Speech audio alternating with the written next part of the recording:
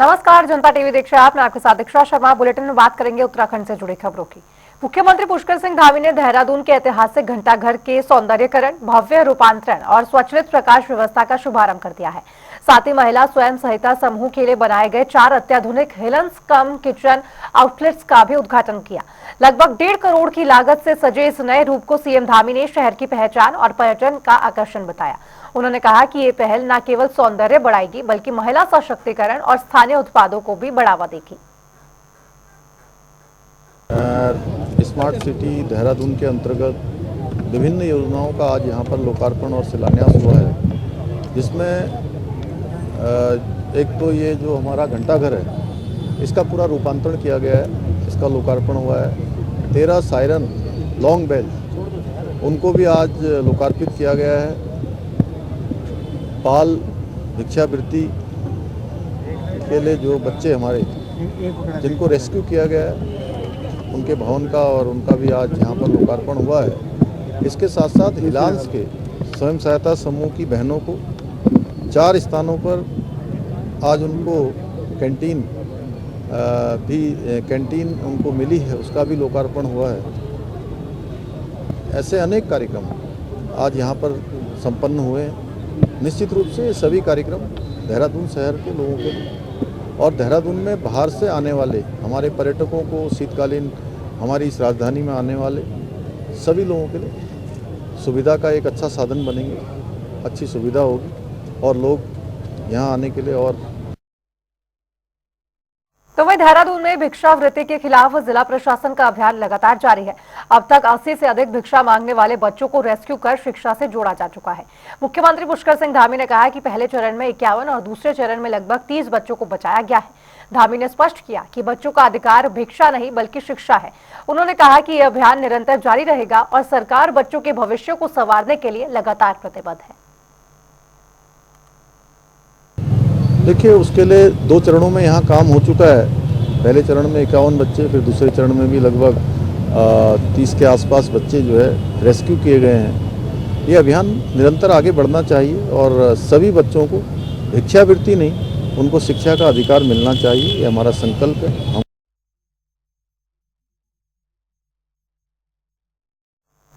तो वही कांग्रेस उत्तराखंड में संगठन को नया रूप देने की कवायद में जुट गई है, जिसके लिए केंद्रीय संगठन की ओर से ऑब्जर्वर नियुक्त किए गए हैं। और इसी कड़ी में हरिद्वार महानगर अध्यक्ष के चयन हेतु हाईकमान ने पर्यवेक्षक के रूप में CWC सदस्य और गुजरात कांग्रेस के पूर्व अध्यक्ष जगदीश ठाकुर को भेजा। ठाकुर ने स्थानीय नेताओं को कार्यकर्ता से रायशुमारी कर पदाधिकारियों के चयन का आश्वासन दिया है। उन्होंने चुनाव आयोग पर बीजेपी से मिलीभगत का आरोप भी लगाया और दावा किया कि साल 2027 विधानसभा चुनाव में कांग्रेस पूर्ण बहुमत से सरकार बनाएगी। इस वक्त हमारे साथ बातचीत करने के लिए मौजूद हैं कांग्रेस पार्टी के जसपुर से विधायक हैं आदेश चौहान। आदेश जी, आप जसपुर से विधायक हैं, विधानसभा में भी हम कांग्रेस पार्टी के 7 विधायकों के साथ आपको देखते रहते हैं। लगातार हरिद्वार आप पहुंचे हैं, सज्जन अभियान कांग्रेस का चल रहा है, किस प्रकार देखते हैं? देखिए, पार्टी ने, हमारे हाईकमान ने बहुत अच्छा निर्णय लिया है कि संगठन सृजन करना है और आम जनता की राय से, इसी के लेकर हमारे जो जगदीश ठाकुर जी हैं वो हमारे केंद्रीय नेतृत्व ने उनको भेजा है। तो पहली बार मैं समझता हूँ कांग्रेस में ऐसा होगा कि एक आम कार्यकर्ता से राय शुमारी कर जिले का अध्यक्ष, डिस्ट्रिक्ट प्रेसिडेंट बनाया जाएगा। और जितने हमारे यहाँ, क्योंकि जो दावेदार हैं, जो चाहते हैं, तो उन पर कोई प्रेशर नहीं। कि पहले क्या होता था कि किसी वरिष्ठ नेता ने उसका नाम लिया और उसकी घोषणा हो गई। अब क्या पहली बार ये हुआ, तो आपने देखा होगा कि बाहर इतने जोश, मतलब कांग्रेस के कार्यकर्ताओं में इतना जोश था कि वो पहले मेयर कहना चाहते। तो ये जोश बताता है कि कांग्रेस में इस बात से बहुत बड़ा जोश है। और राहुल जी की जो सोच है, देखिए राहुल जी ने जो जब कहा, आज उसको बीजेपी मानने के लिए तैयार है।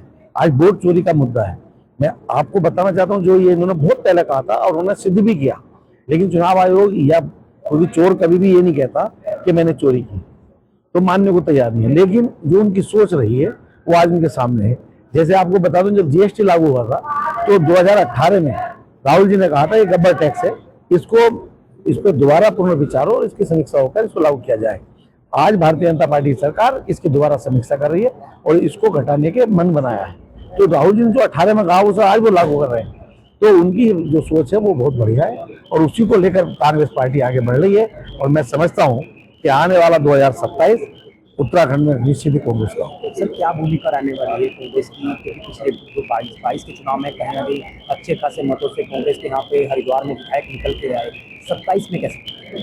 मैंने क्या कहा कि देखिए कार्यकर्ताओं में जोश है, क्योंकि पहली बार एक आम जनता, आम कार्यकर्ता की राय से हमारा डिस्ट्रिक्ट प्रेसिडेंट बनेगा, तो ये जोश है, क्योंकि ये कांग्रेस के कार्यकाल में पहली बार ऐसा हो रहा है और ये एक राहुल जी और खड़गे जी की सोच के अनुसार हो रहा है। तो कांग्रेस में परिवर्तन हो रहा है और मैं समझता हूँ जो हमारे सीनियर लीडर मिलकर चुनाव लड़ेंगे और ये कार्यकर्ताओं के बल पर तो 2027 में यहाँ परिवर्तन होगा और कांग्रेस की सरकार होगी। ये थे हमारे साथ कांग्रेस विधायक आदेश चौहान अपने सहयोगी के साथ हर सैन।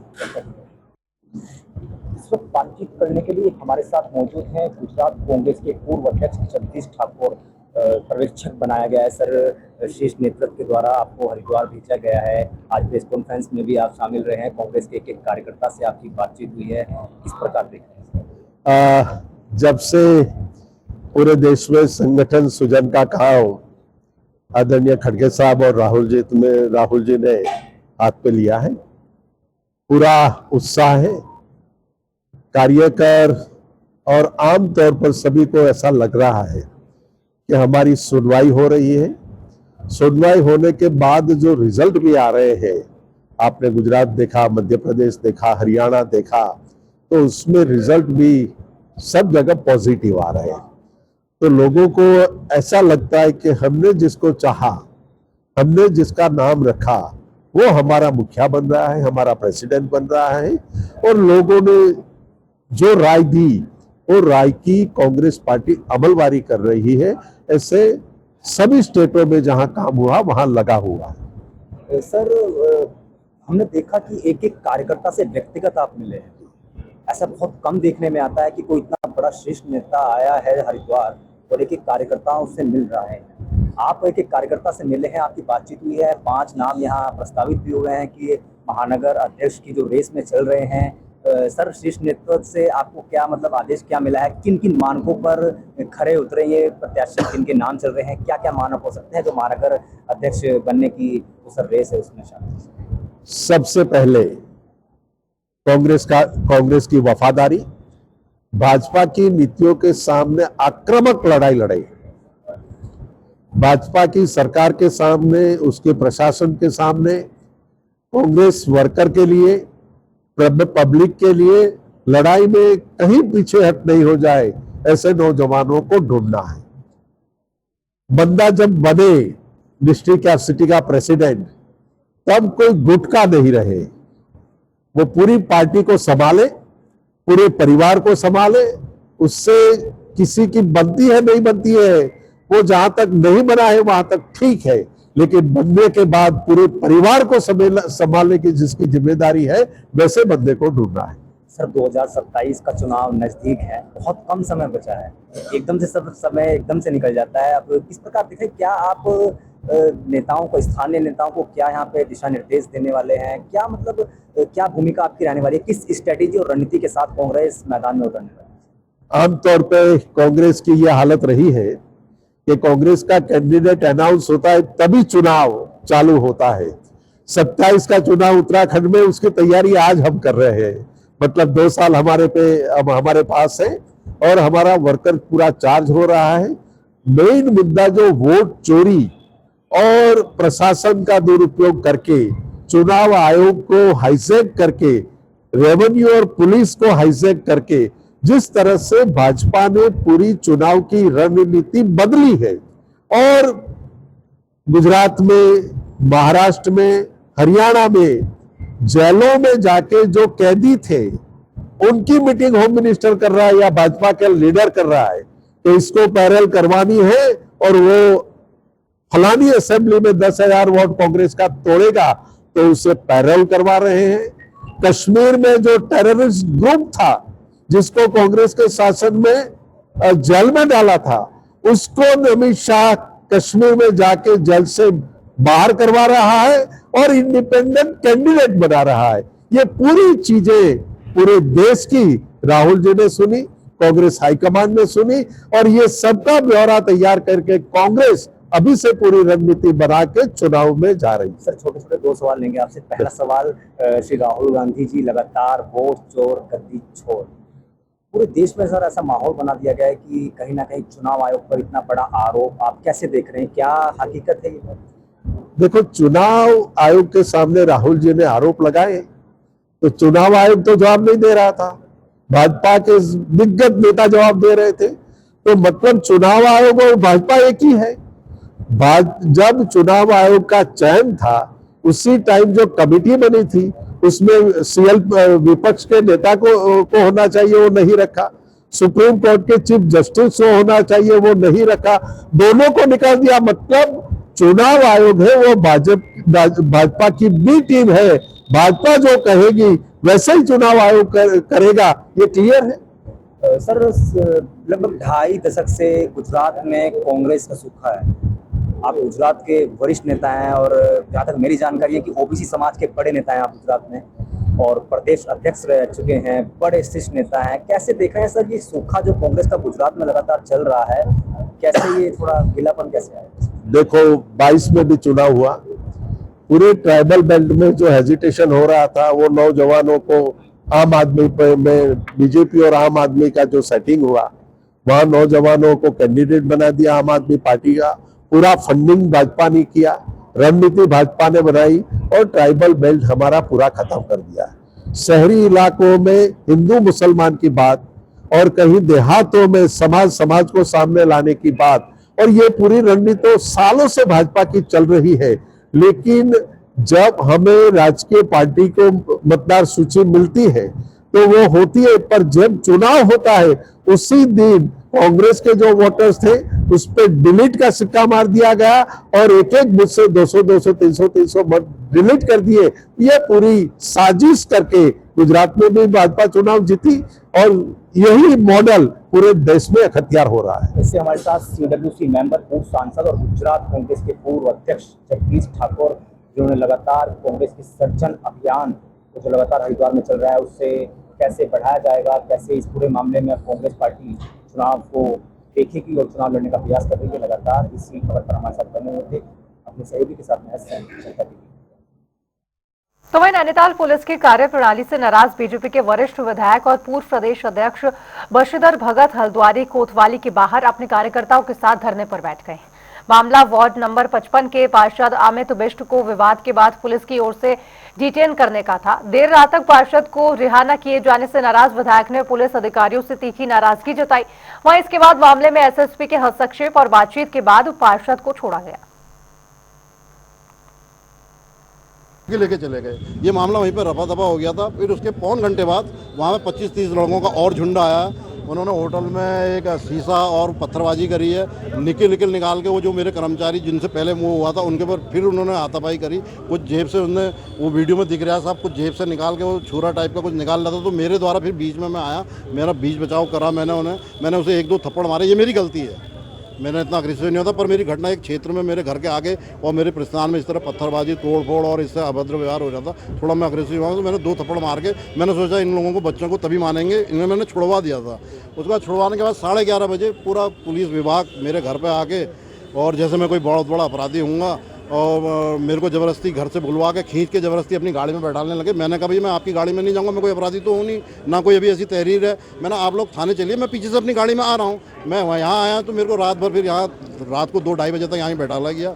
और उसके बाद फिर मेरे को जब माननीय विधायक जी का फ़ोन आया कोतवाल साहब के पास, तो मेरे को इनको एक मुश्किल में यहाँ से जमानती देके तब मेरे को छोड़ा गया। तो मैं सुबह फिर 10:30 बजे इंचार्ज साहब टीपी नगर आए। उन्होंने वहाँ पूरे मौके में पूरी वीडियो फिर से दोबारा देखी। उन्होंने देखा क्या गलत है क्या सही है। मैं भी उनके साथ में बैठा था। फिर मैं यहाँ कोतवाली में आया। उन्होंने कोतवाल साहब को सब जगह अपने सीनियर अधिकारियों को वो वीडियो भेजी। पता नहीं किस देश भावना से उस समय तो कहा गया मेरे से तुमको सारी चीज़ें वो कर रहे हैं। मैंने कोई नहीं, आप ये मेरे स्टाफ के भी 2 वर्कर हैं, 2 उनके हैं, इनका आप एक चालान करके इनको एक्ट में या जो भी होता है आप इनको छोड़ दीजिए। तो मेरे से कहने लगा मैं कर रहा हूँ। तो उसके बाद पता नहीं क्या हुआ, थोड़ी देर बाद फिर मेरे को भी उस कमरे में डाल के ज़बरदस्ती, मतलब एक नहीं जी अब कोई नहीं छूटेगा, रात को देखेंगे 10 बजे 12 बजे, दिन भर मुझसे यही ड्रामा चल रहा था। कार्यकर्ता के सम्मान का सवाल था। पुलिस ने हमारे पार्षद को कल से यहाँ बैठा रखा था और आज दोपहर को मेरी बात भी हो गई थी, फिर भी नहीं छोड़ा था, इसलिए मुझे आना पड़ा। और यहाँ देखा ना इंस्पेक्टर है ना एसएसपी हैं, तो मैं फिर धरने पे बैठा। अच्छा, तो क्या लगता है अधिकारी सुन नहीं रहे हैं या तानाशाही का रवैया चल रहा है? ऐसा कुछ नहीं है। एसएसपी नैनीताल से थोड़ा आने में विलम्ब हुआ। इंस्पेक्टर वो कोई क्या मेला हो रहा था, महोत्सव हो रहा था, वहाँ बिजी से थोड़ा आने में टाइम लगा, तो आ गए। उन्होंने सॉरी कह दिया, सब बात हो गई और आगे जो कार्रवाई। सरकार में आप ही को धरने पे बैठना पड़ रहा है, दुर्भाग्यपूर्ण नहीं मानते इसको? इसमें क्या दुर्भाग्य की बात है? सरकार अलग है, व्यक्ति अलग है। थाने में कोई आदमी गलत कर रहा तो उसके खिलाफ हम बैठे, सरकार के समर्थन में बैठे। आप चलिए बढ़ेंगे आगे, रुक करेंगे उत्तरकाशी से आ रही इस वक्त की बड़ी खबर का। बड़ी खबर आपको बताएंगे उत्तरकाशी से। उत्तरकाशी गंगोत्री राष्ट्रीय राजमार्ग से जुड़ी इस वक्त की बड़ी खबर आपको बता रहे हैं, जहां पर खेड़ांग के पास बोल्डर गिरने की घटना सामने आई है। मार्ग पूरी तरह से अवरुद्ध हो चुका है, आवाजाही ठप कर दी गई है।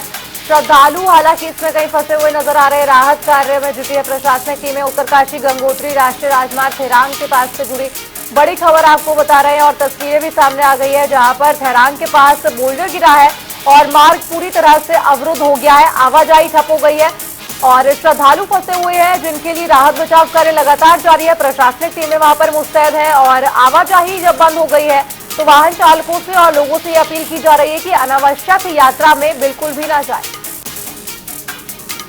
बड़ी खबर आपको बता रहे हैं उत्तरकाशी से, जहां पर खेड़ांग के पास बोल्डर गिरने के बाद मार्ग पूरी तरह से अवरुद्ध हो गया है। श्रद्धालु फंसे हुए हैं। हालांकि सरकार और प्रशासन की तरफ से ये मुहैया करवाया जा रहा है कि सबको बाहर निकाला जाए, प्राथमिकता के तौर पे सभी को बाहर निकाला जाएगा, लेकिन आवाजाही पूरी तरह से ठप हो गई है। वाहन चालकों को परेशानियों का सामना करना पड़ा है।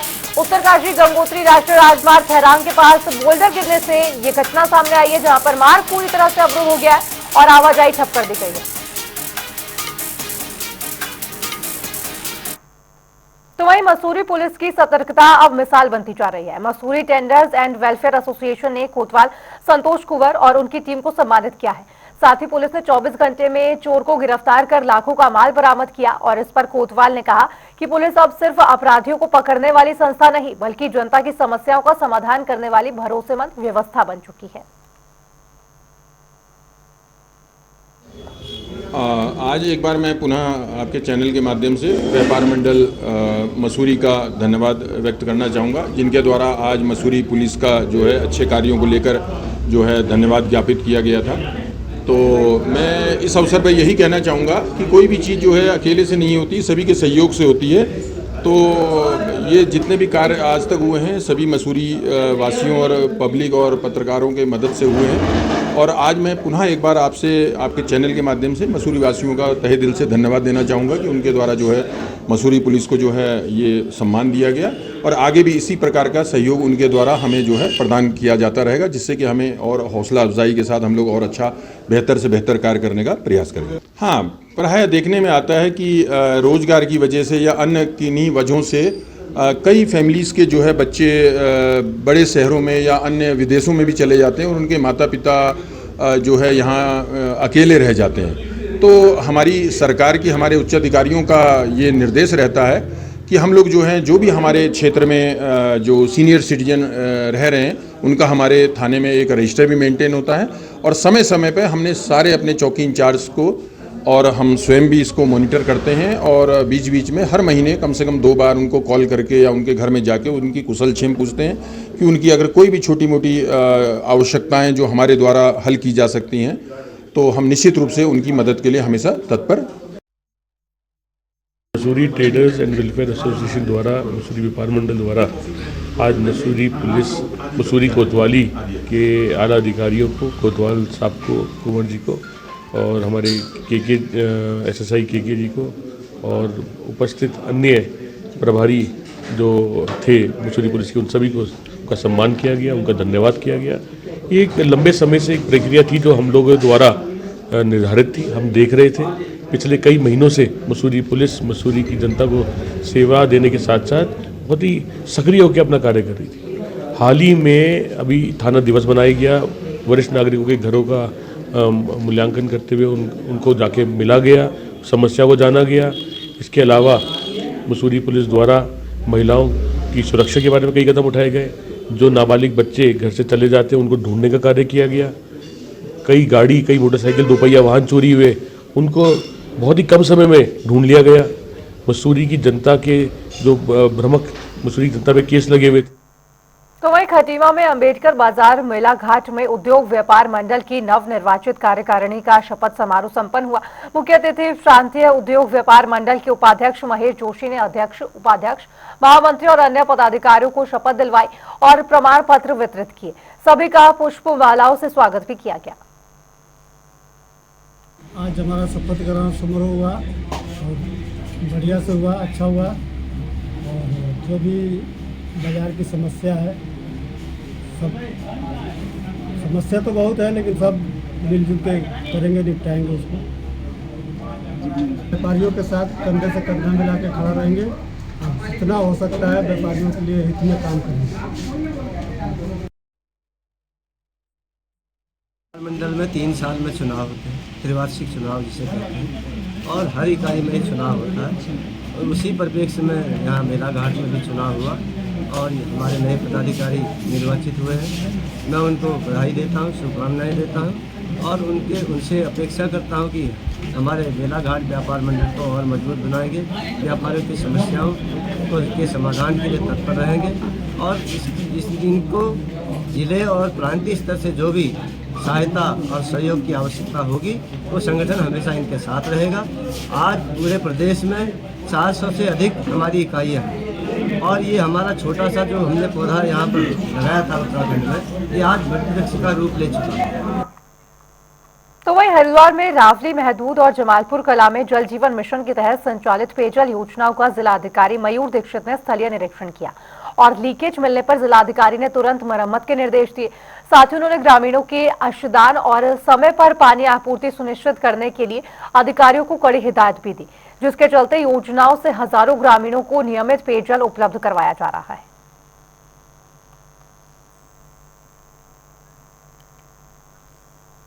तो वहीं हरिद्वार में चंद्र ग्रहण के सूतक काल के दौरान विशेष गंगा आरती आयोजित की गई, जो दोपहर 12:30 बजे संपन्न हुई।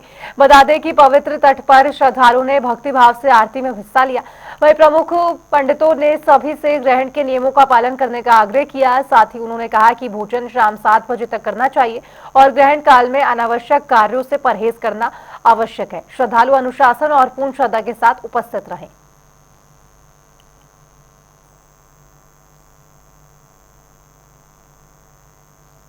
तो वहीं उत्तराखंड पुलिस अपने ऑपरेशन कालनेमी अभियान के तहत प्रदेश भर में असामाजिक और बाहरी तत्वों पर कड़ी निगरानी रख रही है। बता दें कि अब तक लगभग 5500 से अधिक लोगों का सत्यापन किया गया है, जिनमें से 114 लोगों की गिरफ्तारी और 1182 पर निवारक कार्रवाई हुई है। वहीं देहरादून में एक बांग्लादेशी नागरिक को फर्जी दस्तावेजों के आधार पर डॉक्टर बनकर काम करते हुए गिरफ्तार किया गया है और इसी को लेकर आईजी नीलेश आनंद भुर्ने ने जानकारी देते हुए बताया कि अभियान से प्रदेश की सुरक्षा, आस्था और सांस्कृतिक विरासत सुरक्षित रहेगी। उत्तराखंड पुलिस जो है ऑपरेशन कालनेमी जो है माननीय मुख्यमंत्री जी के निर्देश पे चला रही है 1.5 माह से। इसमें पूरे राज्य में लगभग 5,500 लोगों का हमने सत्यापन किया है। जो ऐसे समस्त ऐसे जगह है जहां पर लगातार उत्तराखंड पुलिस जो है उसमें जैसे होटल है, ढाबे है, कोई ऐसे आश्रम है या घाट होते हैं, ऐसी तमाम जगहों पर जो है जहाँ पर वेरिफिकेशन कर रही है। तो इसमें वेरिफिकेशन में लगभग 1150 लोगों पे अब तक उत्तराखंड पुलिस ने कार्रवाई करी है। 20 से ज्यादा इसकी एफआईआर हुई है। और चलिए रुक रहे एक छोटे से ब्रेक के लिए, आप देखते रहिए जनता टीवी।